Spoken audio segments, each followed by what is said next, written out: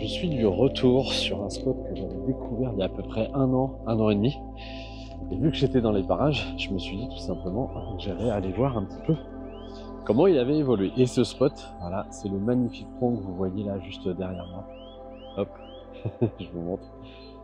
Ici, derrière moi, il y a beaucoup plus d'eau que la dernière fois lorsque je suis passé. Mais l'avantage, c'est que ça reste toujours une espèce de bassin assez calme qui va me permettre à nouveau de reprendre une photo en ayant peut-être, pour le coup, les pieds dans l'eau, pour essayer de refaire un petit peu la photo de ce pont.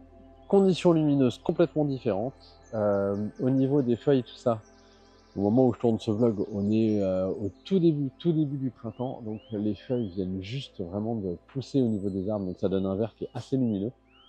Je vais commencer à m'installer, sortir le matériel. Obligatoirement, là, ça c'est sûr, filtre polarisant, histoire de jouer sur le reflet, le faire ressortir ou l'atténuer à ma convenance.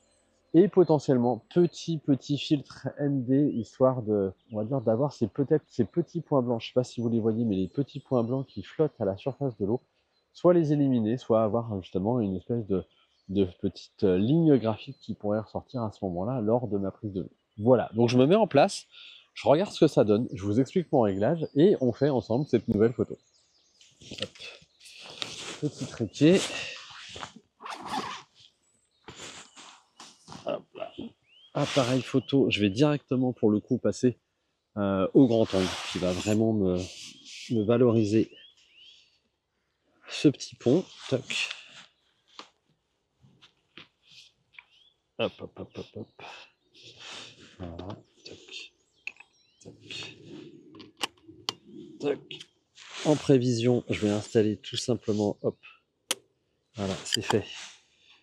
Mon petit filtre polarisant et mon filtre ND qui va être normalement, j'ai dû le ranger ici. Hop. Voilà. Petit filtre ND toujours de la marque Freewell, voilà, que je suis encore en train de tester. Pour l'instant, j'en suis assez content. On va regarder sur, non pas un ND1000, mais peut-être un ND64, non, un ND8. Je vais commencer avec tout simplement un ND8. Voir ce que ça donne. En termes de luminosité, on n'est pas vraiment lumineux. Donc, ça devrait convenir. Hop, je vais enlever le capuchon. Voilà. Mettre mon fil. Installer ça sur mon trépied. Verrouiller. Et maintenant, on va regarder l'angle et je pense que je vais devoir mettre les pieds dans l'eau. Je vais vous prendre avec moi et comme ça, on va regarder les choses ensemble. Hop. Bon, alors déjà, sans filtre ND, je suis à 1 seconde de pause et fuite ISO 100. Je vais regarder mon filtre polarisant, ce qu'il donne. Voilà, alors là, hop.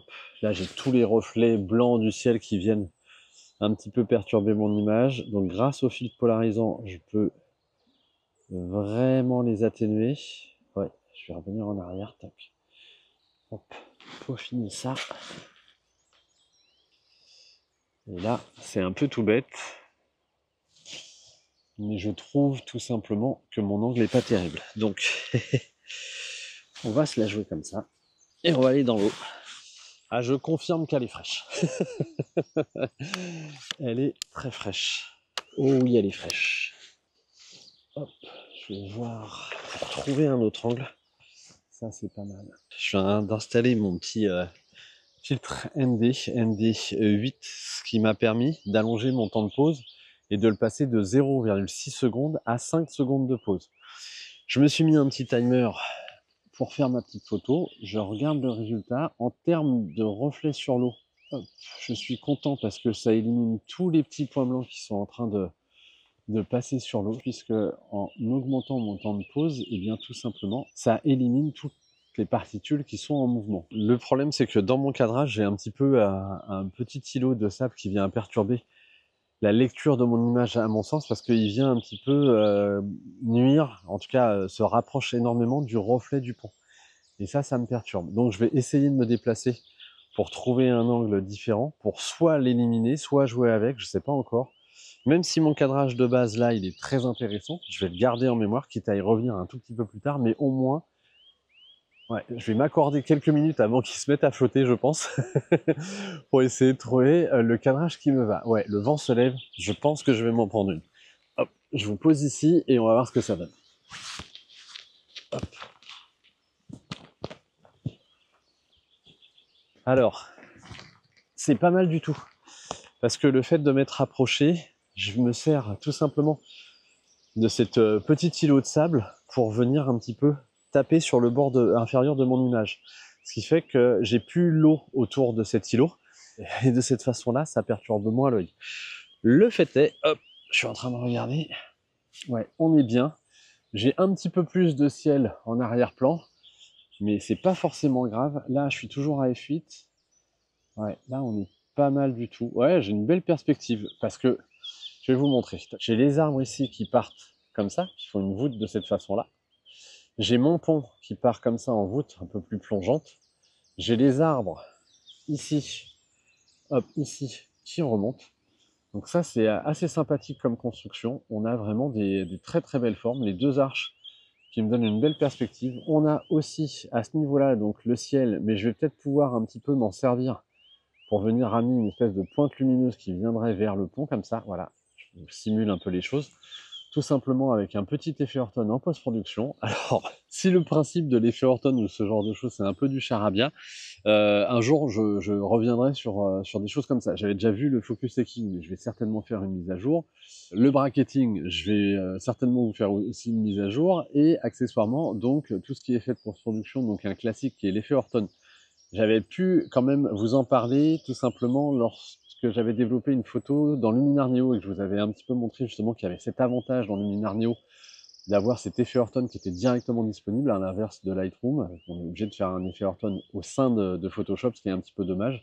Donc au sein de Luminar Neo, on peut directement le traiter, ce qui est très très simple. Et en fait, le principe, c'est de venir prendre que les lumières de votre image et de les flouter pour avoir un petit peu un effet voluptueux. Voilà, je pense que le terme c'est voluptueux. Et grâce à ça, ça pourrait me donner vraiment une image super intéressante. Moi, je vais continuer justement ma prise de vue, je vais prendre le temps de la peaufiner et de la faire, mais là, je pense que j'ai un très très bon cadrage, je vais rester sur celui-là. Je vais vous montrer la photo, le avant et le après editing. N'hésitez pas à me dire un petit peu tout simplement dans les commentaires un petit peu plus bas, ouais, je pense qu'il va pleuvoir, un petit peu plus bas ce que vous pensez du résultat. Mais déjà, en attendant, moi, je fais ma prise de vue.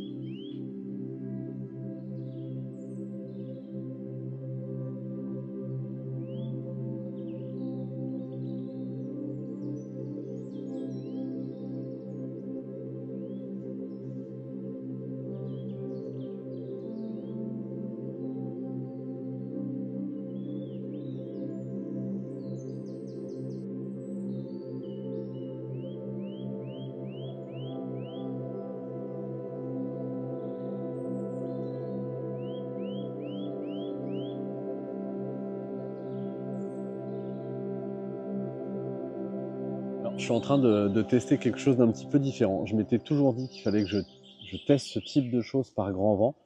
Là, parfois, on a des petits soubresauts, ce qui veut dire que, d'une certaine façon, j'ai toutes les branches des arbres, et notamment les feuilles, qui sont amenées à bouger relativement. De façon un petit peu calme, parfois un petit peu mouvementée, ça varie. Mais le tout, c'est que là, je viens de poser un filtre ND1000, ce qui va me permettre d'avoir un temps de pause excessivement long.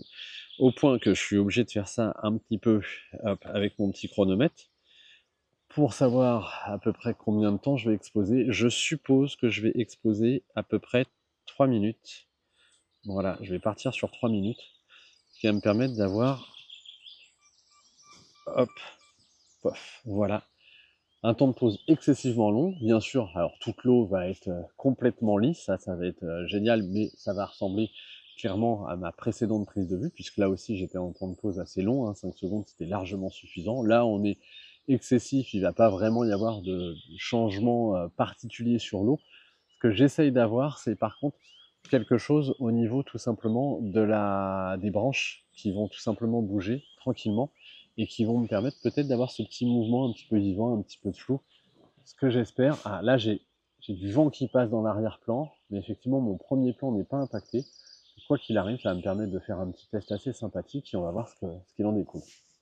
J'ai refait ma prise de vue parce que c'était pas suffisant en termes de temps d'exposition. Donc là je suis passé à 5 minutes. J'ai ouvert mon diaphragme pour avoir plus de luminosité. Donc logiquement, là, je devrais être sur le bon timing en termes de réglage de mon appareil photo et temps de pause par rapport au filtre ND, et ça devrait me donner quelque chose d'assez intéressant. On a des mouvements assez importants sur le haut des arbres. Par contre, vraiment, là, sur le devant du pont, on n'a pas vraiment de mouvement. C'est un petit peu dommage. Mais de toute façon, c'est quelque chose que je vais certainement être amené à travailler parce que ça fait longtemps que ça me turlupine. J'ai d'autres sujets comme ça qui me turlupinent, mais que je vais certainement réussir à mettre en place dans l'année qui vient, notamment donc un travail sur des pauses longues dans des univers un petit peu boisés, mais lorsqu'il y a du vent, voire même de la tempête, pour avoir tout simplement ces espèces de flous en hauteur et des flous qui diminuent, des flous de mouvement qui diminuent lorsqu'on arrive sur tout simplement les troncs d'arbres, la souche des arbres, parce qu'en fait là, ça va être la partie solide qui ne va pas être impactée par le vent, et avoir ce principe de netteté et de flou dans mon image. Ça, c'est vraiment quelque chose que j'ai en tête depuis pas mal de temps. Il faut vraiment que je prenne le temps d'aller en forêt en mode tempête, voilà. Après, il y a d'autres choses aussi que j'aimerais tester en termes un petit peu de mouvement de caméra, l'ICM. Ça, c'est vraiment quelque chose que voilà, que je suis en train de travailler, on va dire, de façon théorique dans ma tête. Et j'aimerais vraiment réussir à sortir quelque chose. J'ai peut-être une piste super intéressante pour avoir des rendus, mais alors, j'arrive pas extraordinaire, ce serait prétentieux, mais vraiment impactant, quelque chose d'assez impactant. Et surtout, un système que je pourrais remettre en place régulièrement, très facilement, et donc traiter des sujets vraiment en ayant une espèce de vraiment une vraie continuité graphique à travers mes sujets grâce vraiment à une technique de prise de vue que je suis en train de, voilà, de construire dans ma tête. Je viens de vous exprimer un petit peu mes pensées. Je vais tout simplement finaliser cette image. Je vous la montre dans quelques instants. Si vous voulez tout simplement voir le résultat de mes cogitations, eh bien abonnez-vous à ma chaîne, c'est gratuit. Pensez à cliquer à la petite cloche qui apparaît à ce moment-là, ça vous permettra d'être informé de la sortie de mes futures vidéos. Bien sûr, si vous avez des questions et des commentaires, indiquez-les-moi un petit peu plus bas, je me ferai un plaisir de les lire et d'y répondre. Et aussi, si vous voulez vraiment aider ma chaîne dans son partage, eh bien n'hésitez pas à cliquer sur le petit pouce qui pointe vers le haut, ça permettra de titiller l'algorithme de YouTube et de suggérer ma vidéo à plus de personnes qui pourraient être intéressées par ce type de contenu. Voilà. Allez, je vous montre cette dernière image et moi je vous dis à très bientôt pour une nouvelle aventure.